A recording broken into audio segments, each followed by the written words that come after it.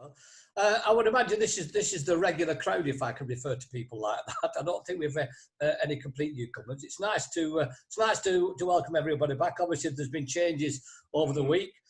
Andrew Whittaker and Martin Atherton obviously went to the same hairdressers, and I think you're both looking very nice indeed. And I'm sure by the time we come out of lockdown, it will have grown. But I've got to mention one thing before we go any further. This is true. I've achieved two great things while we've been in lockdown. The first one, I've been married. It was our golden wedding anniversary last year, and this week I cut my wife's hair for the first time. Right? It will be the only time I will cut my wife's hair. Martin's waving. Sorry, go on. You don't want to know, do you, Martin? Oh, dear me. That explains why you look like that, Norman. Well, this is it. I mean, I've gone through some pressure things in my life, but I've never been through anything like that. I've got to be honest. Every snip, I was panicking in case I took too much off, you know. But as I said, it was just one of them things. And the other one is, I got it while we're in lockdown as well. I don't know whether they have this around your area. I actually got my first Chinese meal from the restaurant. Because you go down to you can order it in the China room, and then they will bring it out and put it in your car, which I thought was absolutely wonderful. I didn't think Chinese food tasted that good after the little things that we look forward to. And the young lady came up, and they come up to the car, and I opened the car. She said, "Would you like it on the back seat, sir?" From answering, what immediately came to mind was the comment that George Burns made about when he was 100 and he was doing a gig, and he was in a hotel room, and a young lady walked in a bikini. And she said, I'm sorry, sir, I must be in the wrong room. He said, you're in the right room, but 40 years too late. And that was the first thing that came into my mind. I didn't repeat it because a 74-year-old saying that to a 20-year-old could be taken totally the wrong way. But anyway, there were the incidents. As I said, I'd like to pass our best wishes on. Can we actually unmute everybody, Andrew? I'm talking to my Andrew now. If we can mute everybody, because I think it's only tradition as our special birthday boy that we sing happy birthday. Are you all ready? Yes? Yeah. Happy birthday to you. Happy birthday to you. Happy birthday, Dear Tony. Carol. Happy birthday to you. round of applause for Tony Park.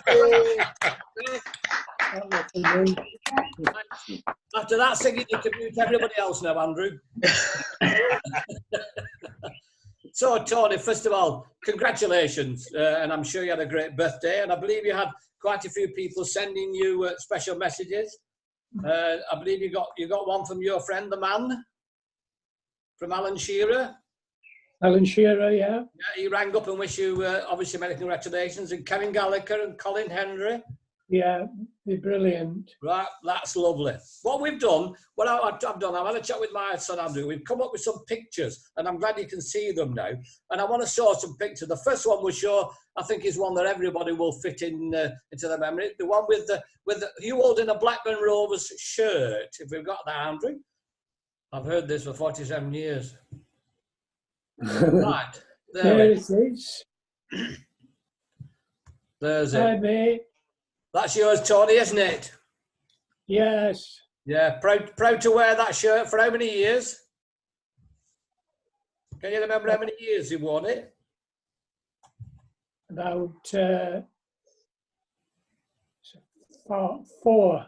Yeah, a lot of years ago. We've got another picture. Let's move on to another picture now. This is one that you'll remember definitely.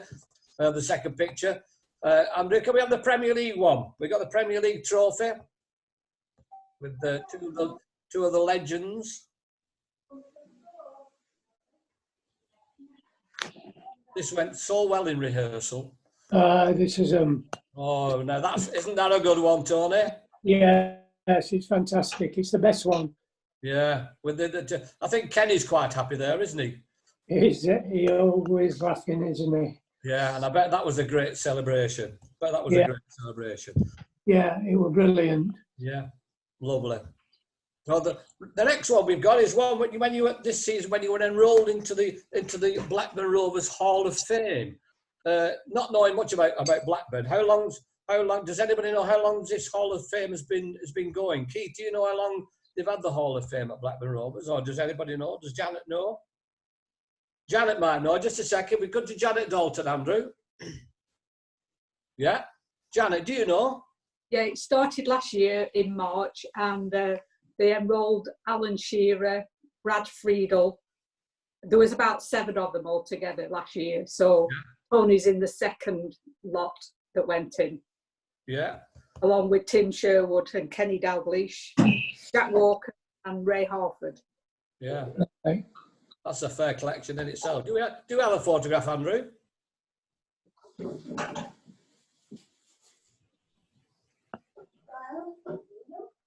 I don't remember that one. You don't remember? Yeah. What are you eating there, Tony? A sandwich? Yeah, with pictures in the background, of course, Jack Walker and Tim Sherwood. Yeah. Right. Have we got one? Have we got another photograph, Andrew? Let's have another photograph, see if we can bring some memories back.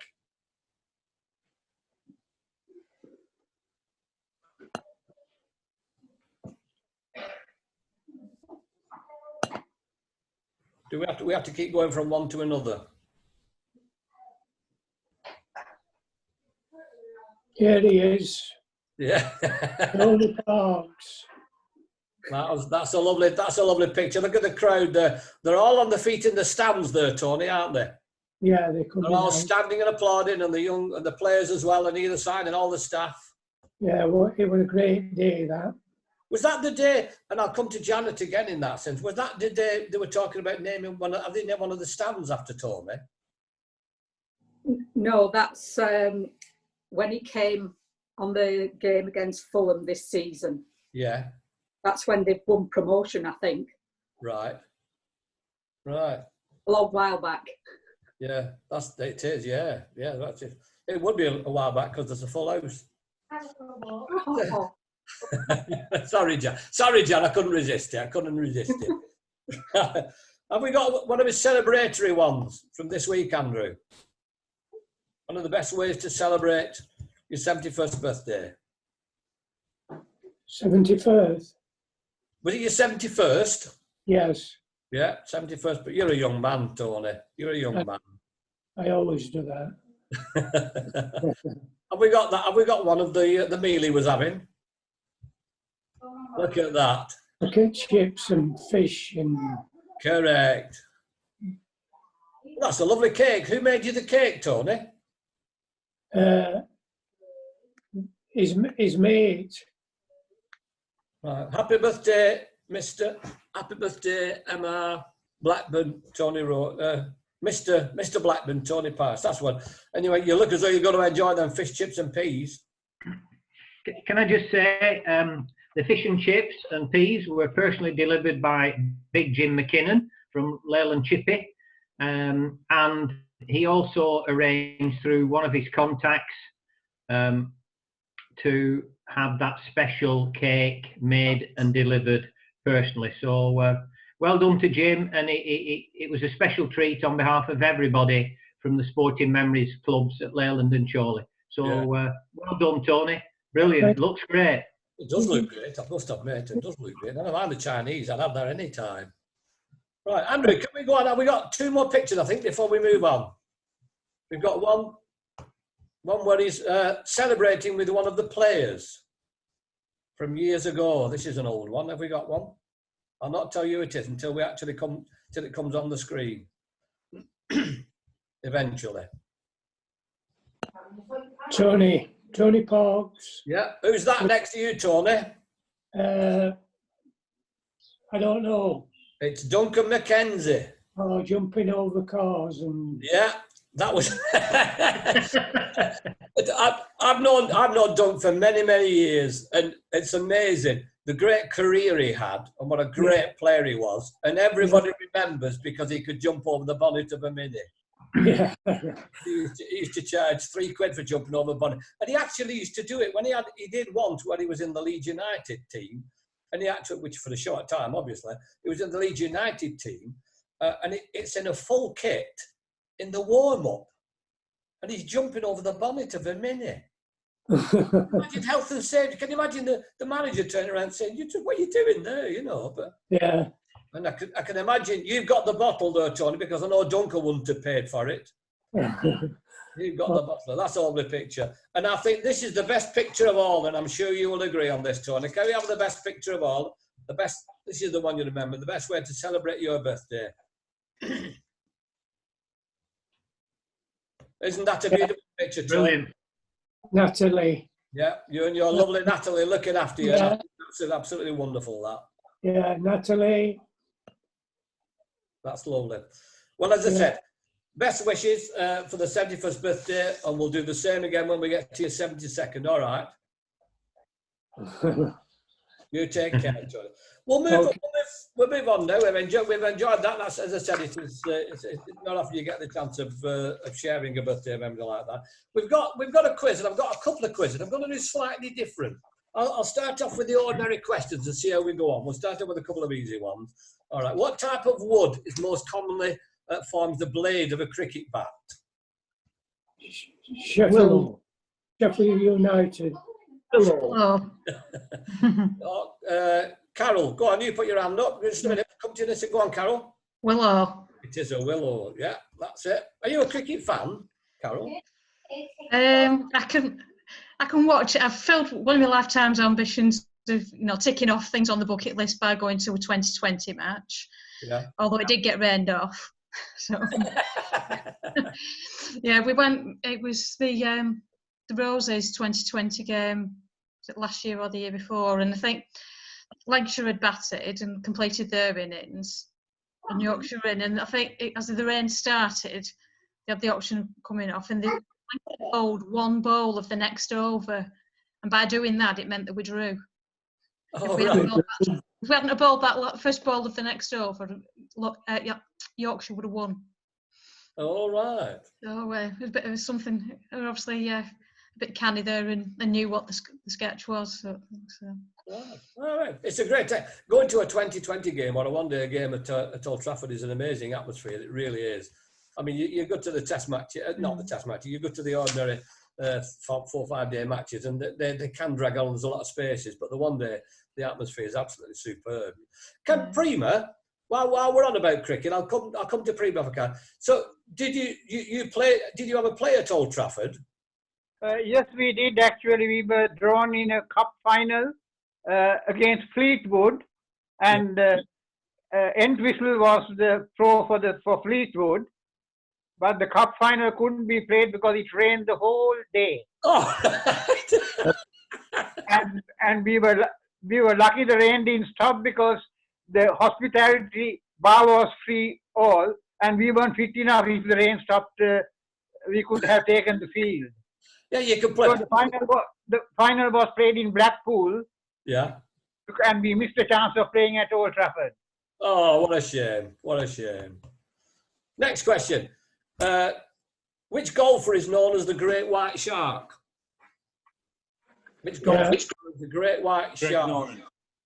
Come on, I'll come to David. David Draycroft. Come to David. Go on, the Great White Shark. We'll come to you in a second, David, when we can unmute your microphone. Yes, David. Greg Norman. It was Greg Norman. Yeah, great player. Who remembers the meltdown in the Masters against Faldo? Final round, he was 6 shots in front, and he just had one of them days where everything went wrong. What a shame. Right, who was that? This is a good one. Who was the first? And Ken, you're into your snooker. Who was the first snooker world champion? Sorry, who won the first snooker world championship held at the Crucible Theatre in Sheffield? Oh God! Now, who can remember that far back? I'll give you a clue. I'll give you a clue. He was a local lad. 1977. Yeah. John was first up. Yes, John. John Spencer, was it? It was John Spencer, the lad from Bolton. Yeah, that was a good guess, John, wasn't it?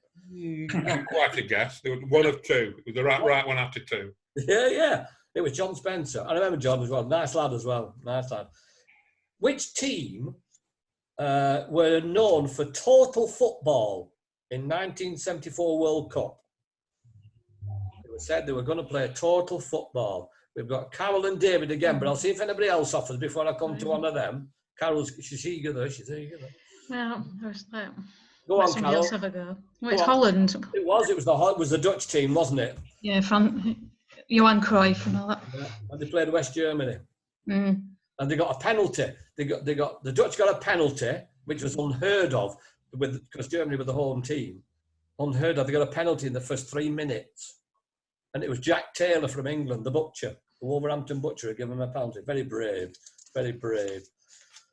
This is the question. I'll just do one more. This is the question I was going to ask Graham Alexander last week, and I talked to Keith, with Keith being an Englishman with a Scottish heritage.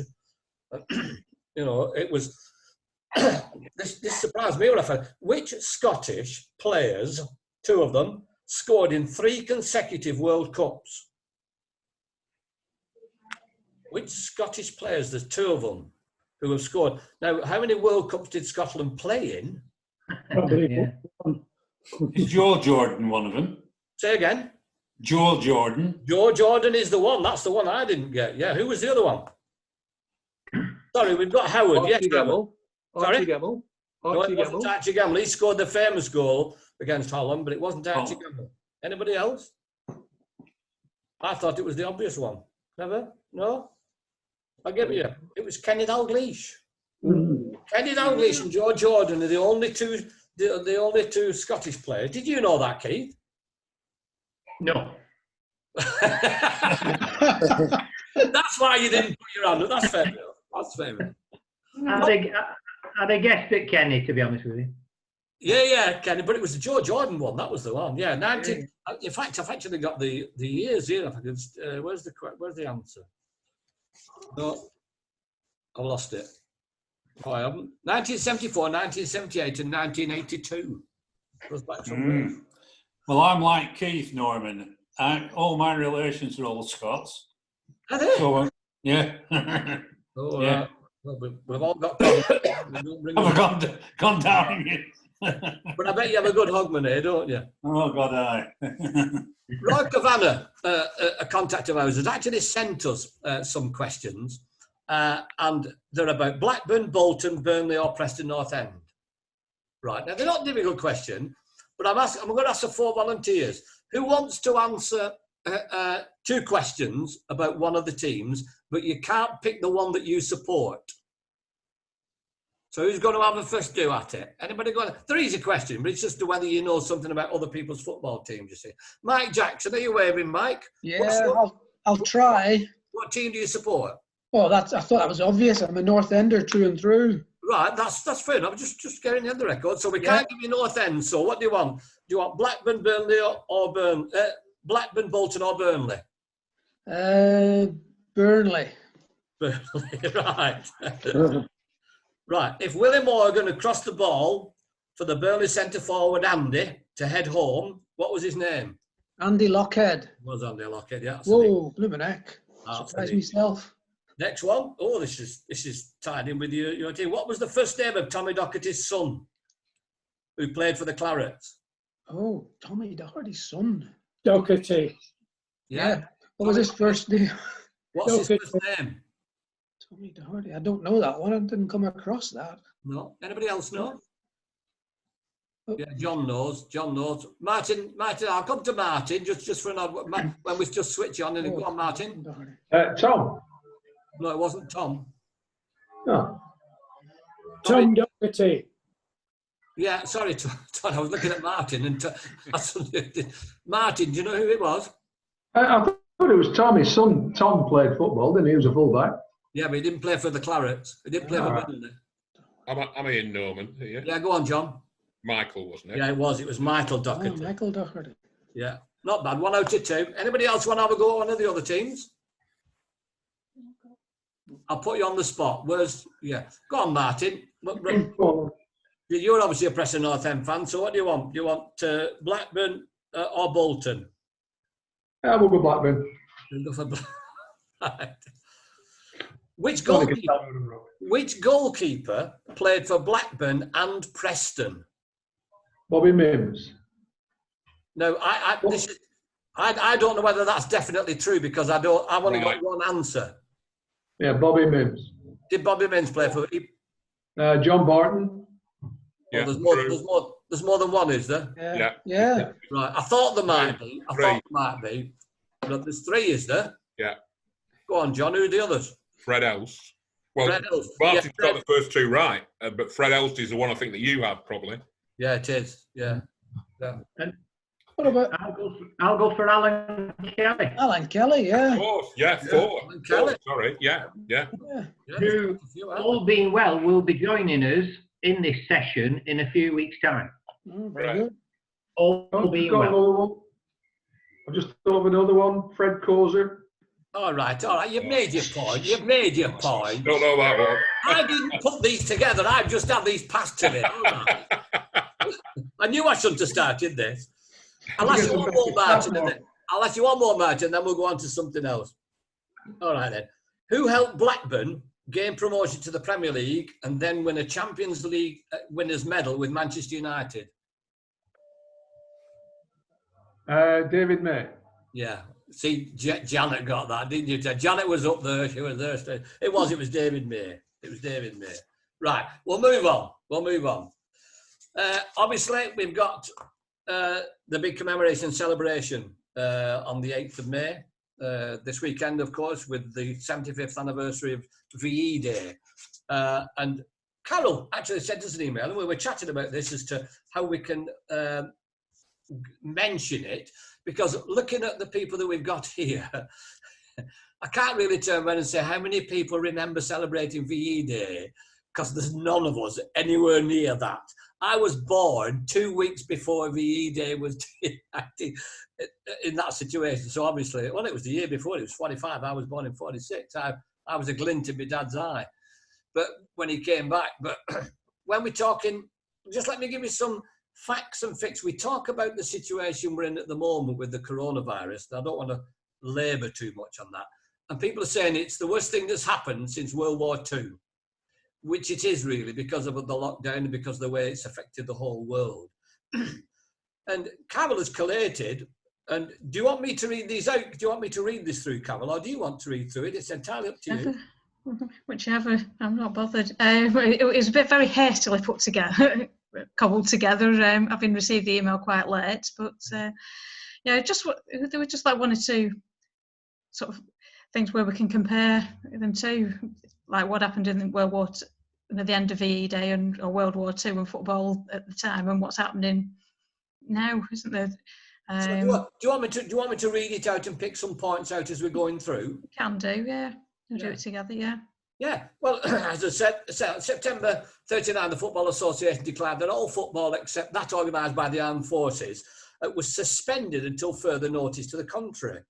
That was then, in contrast, in 1914, professional football had continued during the First World War, so that made it totally different. Anybody, well, you won't know who was top of the... Blackpool were top of the league at the time. You know, it just shows you they were the great sides. You know, Blackpool, all the local sides, Blackpool, Burnley, Bolton, Preston, you know, the original founder members, they were the top teams at the time, you know. Yeah, this with Blackpool, because obviously my brother, being the black sheep of the family, is a Liverpool fan. And obviously he sort of looked into this because obviously everybody is on about null and void for this season. You know, the season should be null and void, and he's like, "I'm gone. We've waited 30 years, sort of thing." So it's just our luck, you know, 30 years, and this happens. He said, and then people keep saying, "Well, that's what happened when Blackpool, you know, the World War II, when Blackpool were top of the league." So we thought, I'll have a look and just see what the situation was, and they played about 3 games at the time when the league got suspended. So it's not quite comparable. It's not quite the same, is it? It was like, yeah, hang on a minute. Right. But it was not quite to precedent. Yeah. In 1939, the threat of an air attack and the introduction of conscription made it impossible for football to continue. However, on the 21st of September, the Home Office agreed to allow a revised programme of football as long as it didn't interfere with national service and industry. Crowds were limited to 8,000 in evacuation areas and 15,000 elsewhere. And there was a suggestion to play behind closed doors. Now, that's a problem that's cropped up, and I don't want to go into a long, deep discussion because we're all our opinions. Anybody got any strong opinions as to whether they should play behind closed doors or not? Because that seems to be the one that they're aiming for. Anybody any opinions? Yeah, Martin. What's do you think it should go ahead or No, it's not football if there's nobody there to watch it. no? Point. No. No, that's true. A lot of the footballers are saying that they play for the reaction to the crowd and they play from the passion of the crowd. But it's. I don't see what the point is. I mean, I know Mike shaking his head might have a different opinion to me, but I don't. There's no point to professional football, which is an entertainment, without anybody being there. It's not the same. That's not quite the same. Yeah, go on, Mike. Well, I mean, the opposite to that really is, I mean, if it was played, at least it would be on television and we'd all get to see it. And the other thing just I've seen on today is that Germany's starting playing from the end of the month behind closed doors. Yeah, started off. Yeah. Anybody else got any opinions? Any particular strong opinions? You know, the one They that don't play it, irrespective whether it's in, behind closed doors or not, which I think it probably would be. Yeah. I think it's only fair for them to finish the season, but not necessarily for the Premier League, but all the other leagues, because they've got this promotion and relegation involved. Yeah. And if they call it a day, then there's teams going to go down that haven't finished the fixture and have a chance of staying up. Yeah, and there are teams. I mean, the two top teams, the Leeds and West Brom in the Championship. The prospective amount of money it would cost them if they didn't get promoted, they lose out on 200 million. That's club, and they've strived for so many years that Leeds and I know David as a Leeds fan, they've strived so many years to get in, as they all the clubs have to get there. And if they don't promote them, then they will have lost, they will lose 200 million just like that, because that's the potential. Well, I think those sorts of figures, Norman, are extortionate in my opinion. I agree with you. Because they should siphon some of that down to the lower leagues, who are the bread and butter really of the game, aren't they? The grassroots. Yeah. And like Bury, for instance, they've gone, and it's bloody tragic that, in my opinion. Been in a team for so long. And it's really sad, really sad. Yeah, but if a team gets promoted, they get something like, I remember when the Wanderers went up all those years ago, we got something like 120 million. And then they asked Sam Allardyce what was his ambition, and he said, 16th place. And he said, that's not very ambitious. He said, no, if we get in 16th place, we don't get relegated, and then the season afterwards we'll get another 100 million.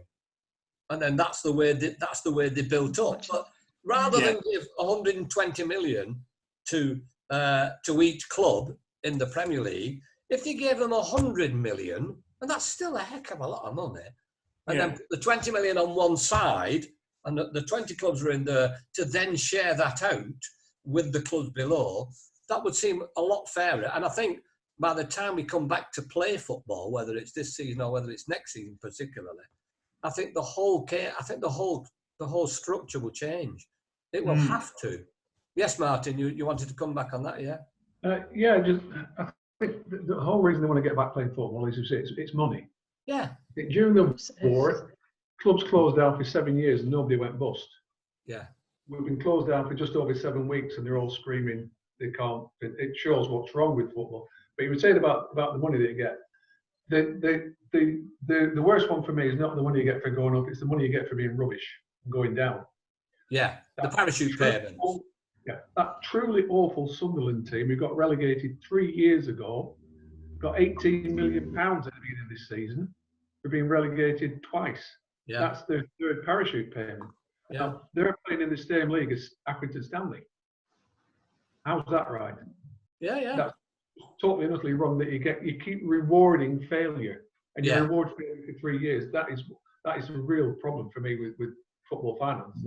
I'll get off my soapbox now. No, not at all, Martin. John, you wanted to say something, I agree with Martin, but just to come out of that point, the one good thing that's probably going to come out of this from a football point of view, and there are far more important things than football, I don't want to go back to the original question, so I'll stick with this point, is the whole model of how football is financed and run in all the divisions is probably now going to change radically. And we'll not go into that because we haven't got time. But at least it will change because, I mean, it's I hate the word obscene because I think it's used out of context most of the time. But I actually do agree that the amount of money that he's washing around in football, even in our Preston's division, is obscene. It certainly is obscene in the Premier League, and the model has got to change. And the only thing that will change it is an event like this, and hopefully it does. And they deserve to get well paid, but they don't deserve to get anything like the money they get. But I think we're getting a bit. Yeah. But anyway, that's my little point. No, I think a lot of people would agree with that particular sentiment. I know we've said over the years with Bolton and their financial problems, if you ran your business the way that the football runs over, you'd be bankrupt in 6 weeks. Because they just already, we're spending the money that we're going to get in 6 months and 6 weeks and all that kind of thing. Well, just one brief point. I read this in the paper this morning. The turnover the wage costs in the Championship is 106% of the turnover of all the clubs in the Championship. 106%, just the wage bill. Yeah. And then they wonder why they're in this situation. Yeah, absolutely. I think the main block to finish and just move on. I think the main block for me is how can you play safely if you're playing behind closed doors and you keep this 6 feet away from each other. When you get a corner, everybody is together. You're playing. You're challenging each other. You're tackling each other. Like I say, can you tackle? Yeah, the sweat's pouring off, and it's bound to. It will only take one player who suddenly gets tested as positive, and the whole thing will be closed down. So absolutely. Of course it will. I don't think they should play actually till that's my personal view. I don't think they should play until next season, till September at least, personally. Yeah. But I mean, and because there are more important, and I know it's a money thing, but we're all in every business, including football, is in the same boat. Yeah. And it's just, I don't think it's safe enough to do it. And you're right, Norman, if one player goes down, and this includes rugby, cricket, any sport you want that are trying to get going, and I can understand the reasons why they're trying to, the financial reasons why they're trying to, but I just don't think I don't think it's on. That's my personal opinion. Yeah. Well, as I say, at the end of the day, I think Shankly was wrong, wasn't he? Yes. And he said, he's most famous for, that it's more important than life and death. He was completely wrong. No, I don't think he said it seriously, in fairness to him. No, but it is one of those, it's one of those, quotes that people remember him for, isn't it? Yeah. And I know, the government is saying, it will lift the nation. Yes, it might lift the nation, especially because we're all watching football, but that's not the point. You're missing the whole point here. Anyway, we could go on. Just stick to watching reruns of Euro 96. Religion and politics. Let's steer away from that. Just going to a couple of the things again when they had the close down. Excuse me. Some of the grounds, Arsenal's Highbury ground became an area precaution centre, and they had ground sharing they had to ground share with Tottenham Hotspur.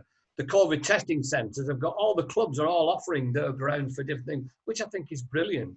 In 1945, this is a great quote. George Orwell wrote that serious sport was war minus the shooting. that probably sums it up.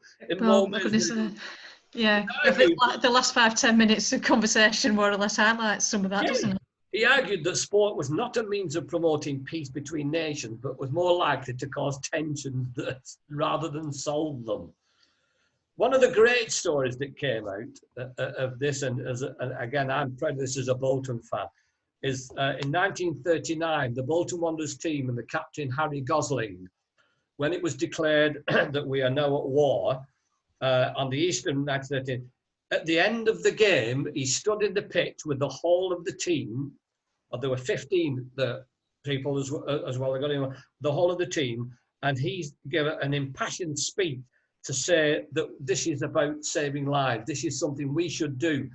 Everybody can do their bit. And the whole of the team the day afterwards, on the Monday, actually joined the 53rd Field Regiment of the Royal Artillery, and they all went as a team to fight in that Second World War.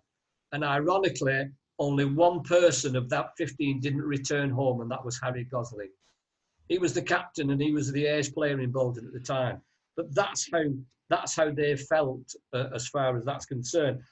And again, Carol's made a couple of names that when we talk about the war, we've got the footballers. But Troutman, of course, the great Manchester City goalkeeper, was a prisoner of war And It then was he went, actually, yeah, and it was then the he- anniversary of that game yesterday. Were you? Yeah, yesterday it would have been the 56 Cup final was the 5th of May 1956, which is obviously the game that he's most famous for. When he broke his neck. Yeah. And he carried on playing with his brother. You look at the players today; they get Yeah. a tap and they're rolling over, and you think, yeah, right, yeah, not like the old pros, are you? Wilf Mannion at Middlesbrough. Tom Finney himself was there. Yes, John. Just briefly, I've just going back to Bert Troutman. I've just read his a biography that was written by a lady, I think, but it's very good. Which biography, John? Of Bert Troutman. It was very good.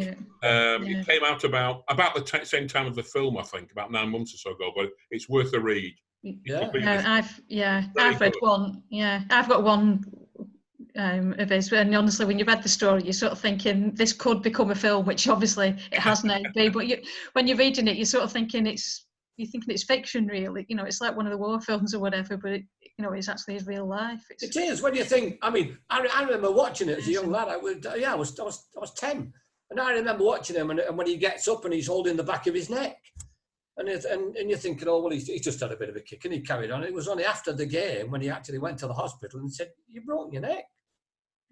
You know, they just put a plaster on it. You know, that kind of thing. Mind you, in the days of the Liverpool team with Tommy Smith, you know, and Ron Yeats, I remember talking to them lads, and under Shankly, if they were injured, they didn't tell anybody, because it thought if they were injured, Shankly would have dropped them and they wouldn't have got back in the team because they had such good players. So they were all playing with patched up legs and patched up arms, you know. And one, excuse me, Tom Finney, Lev Yashin, the Russian goalkeeper. 4 World Cups he played in. Obviously, he went through the wars and there. We've got Ted Drake, Eddie Hapgood, of course, who went on to manage Blackburn, and of course, Stan Mortensen at Blackpool. And among the footballers who served as physical trainers during World War II, how's this for a collection? Joe Mercer, Tommy Lawton, Stan Cullis, and Bill Wright. And they obviously joined the army, and they did it purely to run the physical training, which is brilliant. Thanks very much for all that information, Carol. I do appreciate that. I'll tell you what we'll do. We'll be a bit light-hearted now. Time's getting on. Light-hearted. I was going to introduce this last week, but I ran out of time. Are we all right for time, Keith? Yeah, fine, Your Honour. Yeah, you keep going on. Right. I was just thinking, we talk about a cheerful subject, films. And I was only chatting, we were chatting obviously because Val and I are stuck in like a lot of people. I asked my son Andrew to let me have some of his DVDs, you know, and he brought a suitcase full, a big container full, and I found 3 that I liked. But, you know, it's really a matter of, everybody has different tastes. If we talk about the films, let's open all the microphones. All the microphones. Which are the films that you particularly remember from your younger days? And we all went courting. How many people, first of all, remember the double seats on the back row? In the cinema? How many people are that old? Well done, Griff. At least about it. I won't ask you why you remembered them. But the usherette still came along with the torch, so. Why they did that, Graham? Can't imagine. And it was a bit before, but I must admit, when I started going to the cinema, and some of the old ones, the Theatre Hall in Bolton, some of the old cinemas, and you look at it, well, what were them back seats? And I said, what were them big back ones? They look really comfy. And my mum looked at me dad and went, no, we'll not talk about them. So I didn't go any further than that. Look, what are your favourite films? Anybody want to talk about their favourite films? Action films or, Prima? Well, I recall the film South Pacific. South Pacific? Yes. Yes. Which came on in 1961, I think it was. Yeah. And I saw it at the Dominion Theatre in London. Yeah. And that was one of the great films of that particular time because it had everything that you could wish for. Great songs. Yeah. I remember it was Mitzi Gaynor and Rossano Brazzi, I think. Yeah, it was. Yeah. They had songs like I'm gonna wash that man straight out of my hair. Yeah. You're not going to break into song here, Prima, are you? Not really, but I remember these particular songs, but because they are great standards. Yeah. Some Enchanted Evening. Yeah. This is I one don't of know. the, but that's my wife's favorite, one of her favorite films as well. And we talk, and it could ease it on to musicals because a lot of the modern musicals, Yes. I like watching some of them. A lot of the modern musicals for me are a bit boring because they've only got one song. Evita only has one song in it. It has two. Don't Cry for Me, Argentina, and Another Suitcase and Another Hall. When you went to watch the films, the musicals like Seven Brides for Seven Brothers and West Side Story, The Sound of Music, or Singing in the Rain, or South Pacific, you came out feeling happy. Yes, indeed. It had everything. South Pacific had everything. And that particular song, which Morecambe and Weiss did, There's Nothing Like a Dame. Yeah. I mean, they keep showing it every Christmas time. It's a great film. Yeah, for me, there were. I mean, I've got to say, Seven Brides for Seven Brothers is still I think it's still my favourite film, certainly from a musical point of view. And it was only like 10 years after I watched it that I realised they filmed half of it inside a studio. I'm thinking of Beautiful Countryside when they're building the barn, and it's all built inside a studio. Yeah. So, you know, anybody want to talk about anybody else? Any other favourite films? And it was a great, Mike, are you a big film goer? I'm not, no, not at all. But the first film I ever went to see, and everybody will have seen it, it's The Sound of Music. Yeah. And I mean, the songs in that were great, weren't they? I mean, as for a kid, they were absolutely fantastic. And I can still watch it now and like it. This is the sign of a good film, whether it's a musical or whether it's an action film. And we're all doing that now because they're bringing some of the old films back on television to keep people occupied. And you think, oh, I could watch this again and again. This is great. You know, the classic thing with Sound of Music, this is a true story. When Sound of Music came out and it was issued in Japan, it was quite a long film at the time. And the authorities there decided it was too long and people wouldn't keep interested in it. So they edited the film. What do you think they did? They took out all the songs. Oh. They actually edited out all the songs of Sound of Music because it was too long. Right. You think, what kind of a nation does that? You know. I know. But they're great. What about some of the modern films? What about the Harry Potter series? Who's into Harry Potter? No, nobody like Harry Potter. I think they're brilliant. I think they're brilliant. I could watch them again and again. Fascinating. The classics. What about the Godfather series? Anybody into the Godfather? No? My favourite was The Great Escape. Yeah, the Great Escape was a classic film. I've watched that and I could watch it again and again because, you know, and it's based basically on a true story, you know, so yeah. And it's all going to reoccur, I suppose, this Friday, isn't it? You know, when this VE Day comes along. Yeah. It's like every Easter they used to put on Ben-Hur. Yeah. Every Easter, my wife said, "Oh, not another epic with Ben-Hur." You know. Yeah. Sorry. Basically, what those lads went through, you know, on our behalf. Yeah. If you will, fantastic. You know. Sorry. Yeah, Howard, do you want to say something? Yeah, the first film I ever went to see with my father was Bridge over the River Kwai. Yeah.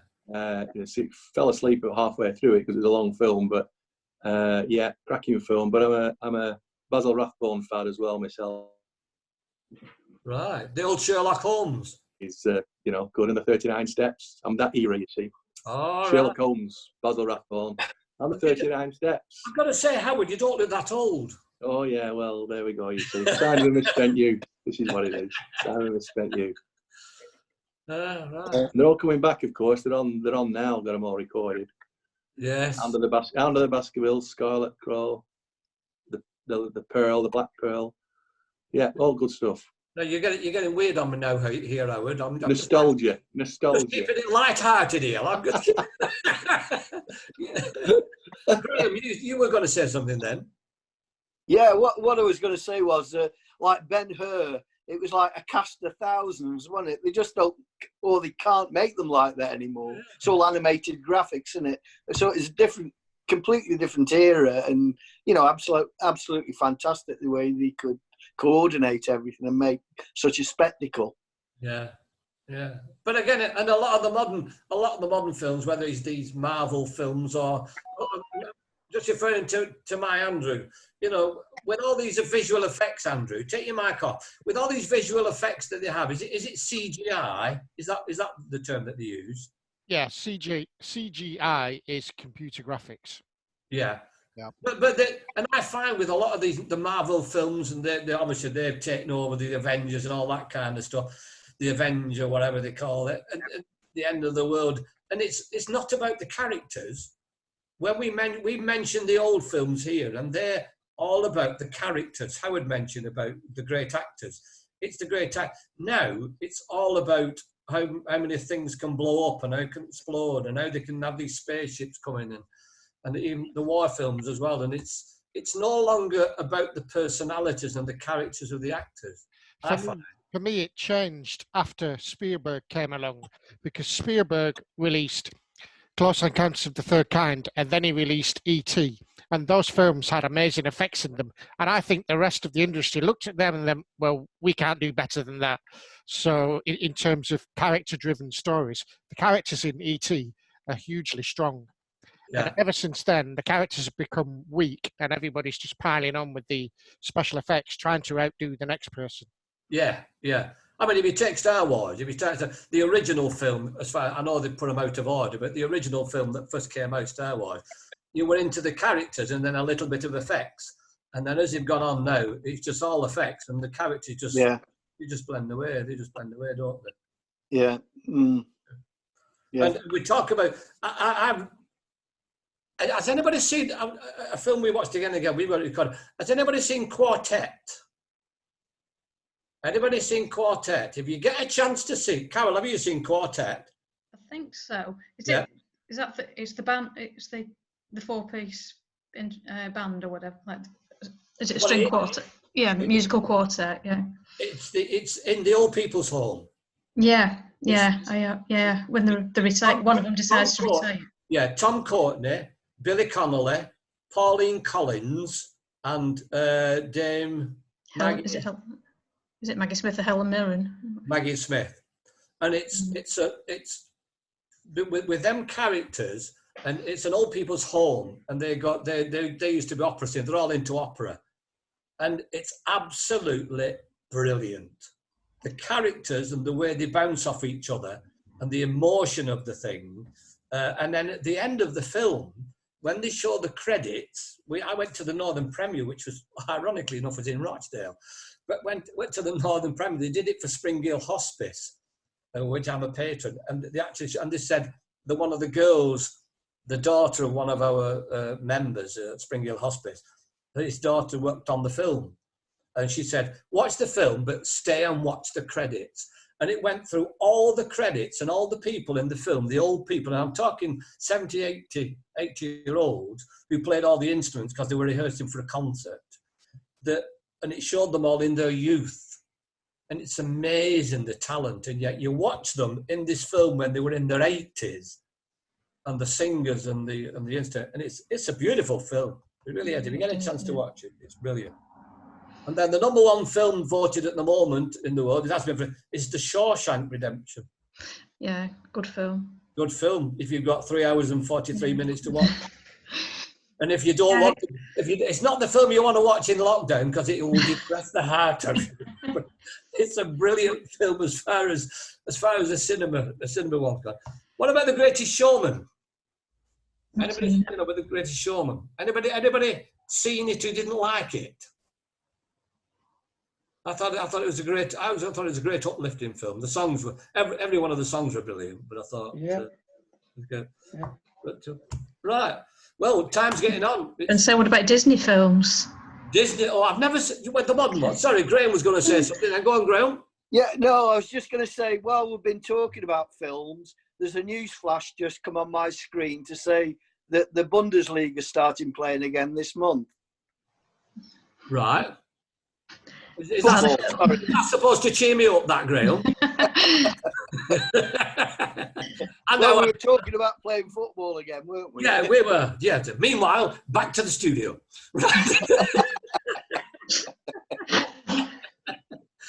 But I've never seen. You mean things like Frozen?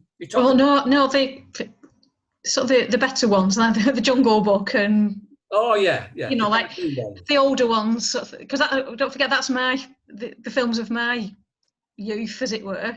Yeah. Were you know, those were ones. I mean, one of my earliest memories from the pictures is my mum taking me and my best friend, and I think we wanted to go and watch Herbie. Oh, the car, the Volkswagen, yeah. Yeah, but Herbie was booked up, so we ended up watching Robin Hood, like the Disney version, or with the fox. Robin Hood as a fox and whatever. Yeah, this is getting sad now, Carol. I know, but as we're not so much the film this, but as we're coming out, and it's near Christmas. It's a couple of weeks before Christmas or whatever. So as we're coming out, there's a couple of blokes coming down from the back. We're coming up the steps from near the front. A couple of blokes coming down in the back. Obviously, a bit of Christmas spirit had been partaken. And next thing, my mum's like, "Get out of here! Don't take him on! Don't take him on!" Because it was me dad. It's like, yeah, get out of it! Don't let on that you know him. Oh yes, that sounds like when you get in the pub when there's an argument and they start pushing again and threat. You nudge my girlfriend. Let it go, Tom. Let it go. It's not worth it. It's not worth it. Yeah, yeah. But yeah, I mean, it's great memories. That's what it's all about. That's what it's all about. Well, we've covered a plethora of subjects today, but I'm sure we'll all enjoy. The film. We'll all enjoy the celebration. And I'll hand back to you if that's all right, Keith. Thank you very much, Norman. Very good. I'm just having flashbacks here to watching the Longest Day film with John Wayne, and then Escape to Victory. I know it's been mentioned, but our good friend Dave Swanee, who was spoken at both Leyland and Chorley groups, was an extra. He got some grief off his granddad because he ended up being an extra as a German guy in the actual film. Yeah. And so thank you very much for that. Brilliant. Carol, thank you very much. I'm mindful that you're actually still working and you've got a day job in between. So to get that together and liaise with Norman, do a double act. Thank you very much. Very grateful to you. Well done. Yeah, no problem. Thank you. Thank you. To Norman and to Andrew, our technical guy, it's working well. Very grateful to you. Thank you very much to everyone. Take care, stay safe, look after each other, and all being well, we'll see you next Wednesday, 2 o'clock, for an audience with the two Kens. Thank you very much. Well done.